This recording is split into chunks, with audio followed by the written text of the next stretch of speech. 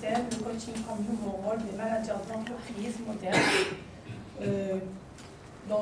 Sous la direction de monsieur, le travail fait sous la direction de monsieur Mohamed Cherif et en présence du jury composé de monsieur Boubala, représentant de l'administration, directeur du département management d'entreprise, monsieur Kessouri en tant qu'examinateur et moi-même, madame Youmou, en tant que président du jury. Donc, monsieur Yeflef, vous avez 20 minutes pour exposer l'essentiel de votre travail. Ensuite, vous allez être en face des questions du jury et vous allez répondre à ces questions. Ensuite, le jury délibère. Alors, bon courage, monsieur. Merci beaucoup. Pardon, c'est monsieur Ikhlef ou Ikhlef? Ikhlef. Voilà, avec un I. Bon courage, monsieur. Merci. Madame la Présidente, honorable membre du jury, d'abord, permettez-nous de vous présenter nos sincères remerciements pour avoir examiné notre travail par votre expérience et votre compétence, et surtout pour vos remarques qui viendront enrichir ce travail que nous avons le grand plaisir de partager et discuter avec vous. Ensuite, nous tenons à remercier particulièrement notre encadrant, le docteur Mohamed Cherif Madar, pour son éclairage et son soutien tout au long de l'élaboration de ce mémoire. Enfin, nous adressons un grand merci à tous les enseignants de l'ISGP qui nous ont fait découvrir le management général. À L'Oréal, ils ont fait appel à un coach. Quand on reçoit, on donne. C'est un mouvement qu'on observe nettement chez les managers qui ont reçu un coaching.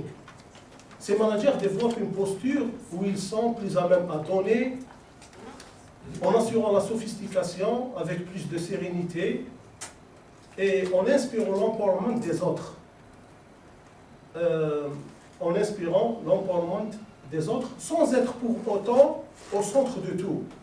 Tel était le message de David Arena, responsable de coaching dans le premier groupe cosmétique mondial, devant une assistance de futurs managers coach.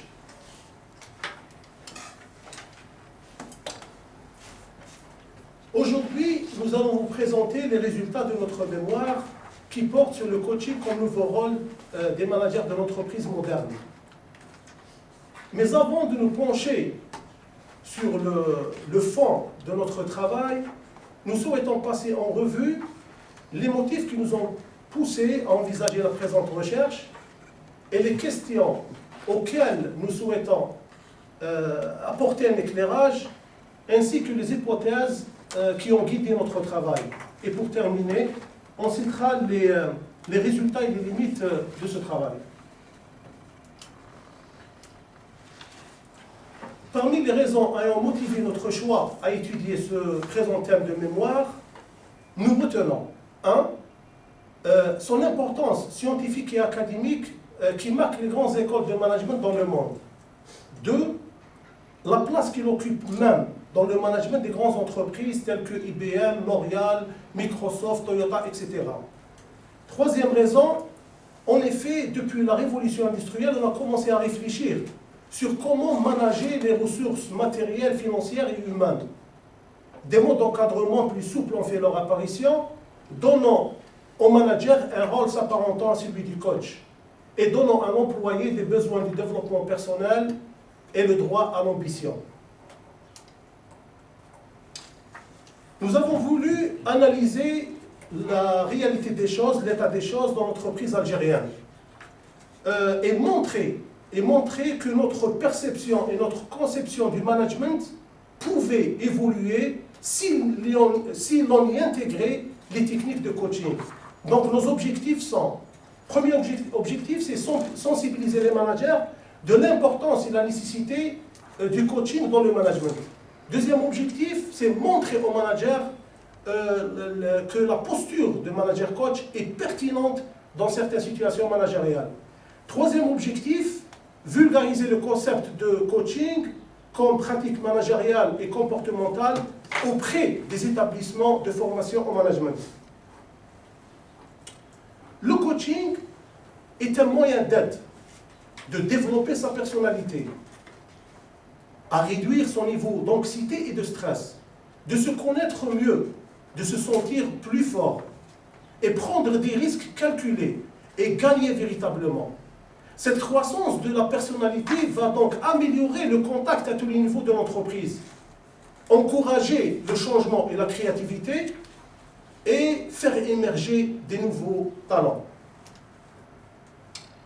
Pour mener à bien cette étude, nous avons notre problématique s'articule autour d'un certain nombre de questionnements. La première question, c'est pourquoi devenir manager coach?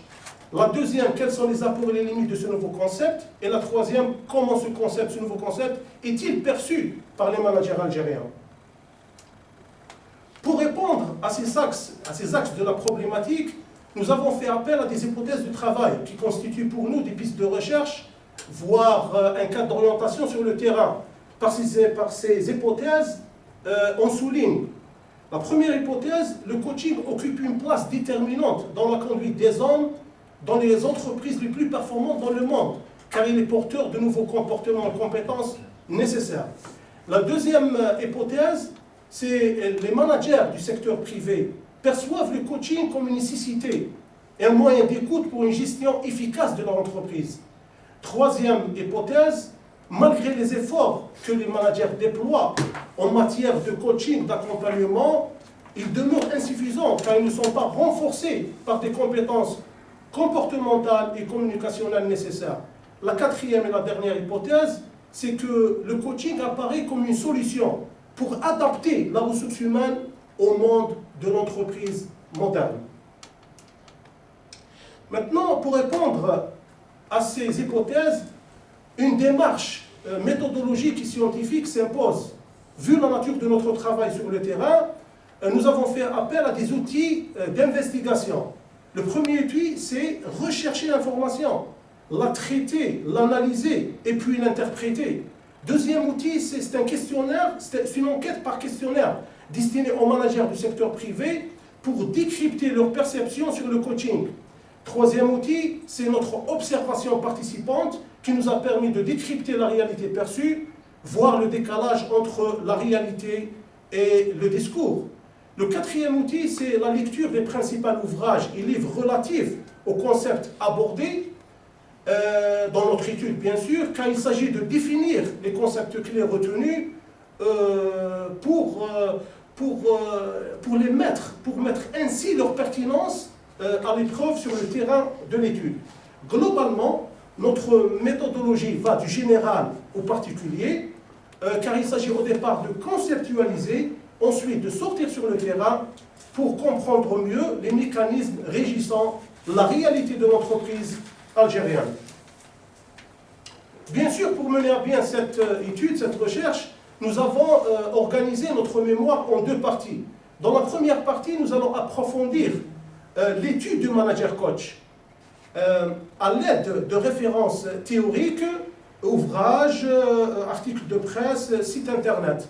Après avoir défini le management et donné quelques typologies de styles de management, nous introduirons les concepts clés de coaching et nous montrerons comment les intégrer à la pratique managériale. Enfin, nous verrons les techniques, les résultats obtenus lors de l'étude de 2 cas de petites entreprises du secteur privé, où dans la première entreprise, cette idée de former des managers coach n'a pas fonctionné. Par contre, dans le deuxième, c'est devenu une réalité bien établie. Aussi, cette première partie nous permettra de faire une distinction claire entre les professions de manager, coach et manager coach. Dans la deuxième partie, nous aborderons la méthodologie utilisée à la réalisation de ce mémoire, les hypothèses de départ, les questions clés et le travail de recherche.